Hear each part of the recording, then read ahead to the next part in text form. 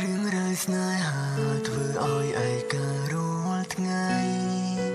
បន្ទោលើនិស័យហើយអ្វីមិនមេត្តាអាចនៅត្រឹមជាមិត្តបាត់អស់សិទ្ធសងសារស្នេហាត្រូវចប់បើមិនទាន់ស្អប់ត្រឡប់មកវិញបានទេតើអាចអាណិតគេម្នាក់ដែររងចាំអូន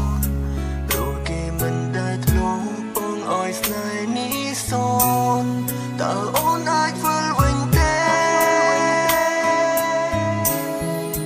បើស្នេហាមួយនេះអាចវិលដូចដើមម្ដងទៀតបងសន្យា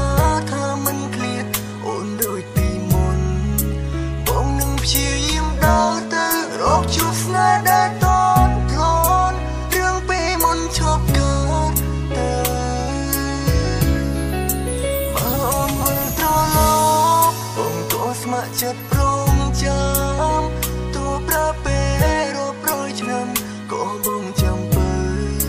រឿងស្នេហាពួកយើងបងមិនបន់ដៃឲ្យបានទៅ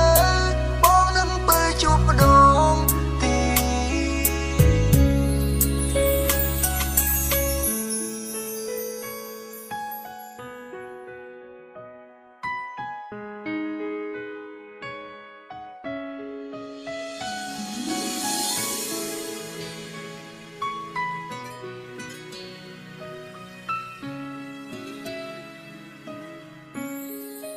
បើមិនទាន់ស្អប់ត្រឡប់មកវិញបានទេ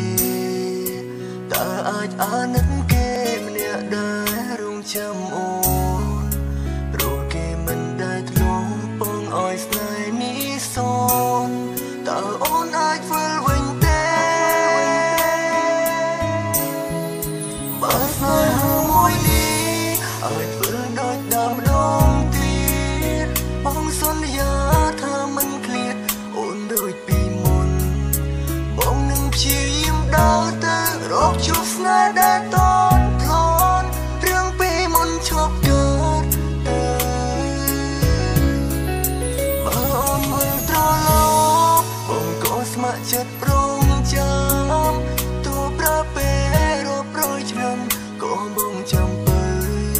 រឿងស្នេហាពួកយើងបងមិនបន់ដៃឲ្យបានទៅ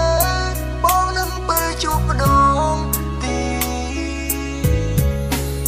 បើស្នេហាមួយនេះអាចវិលដូចដើមម្ដងទៀតបងសន្យាថាមិនឃ្លាតអូនដូចពីមុនបងនឹងព្យាយាមដើរទៅរកជួបស្នេហ៍ដែលតន់ធ្លាន់រឿងពីមុនឈប់កើតទៅបើអូនវិលត្រឡប់បងក៏ស្ម័គ្រចិត្តព្រមចាំទោះប្រើពេលរាប់រយឆ្នាំក៏បងចាំបើរឿងស្នេហាពួកយើងបងមិនបន់ដៃឲ្យបានទៅ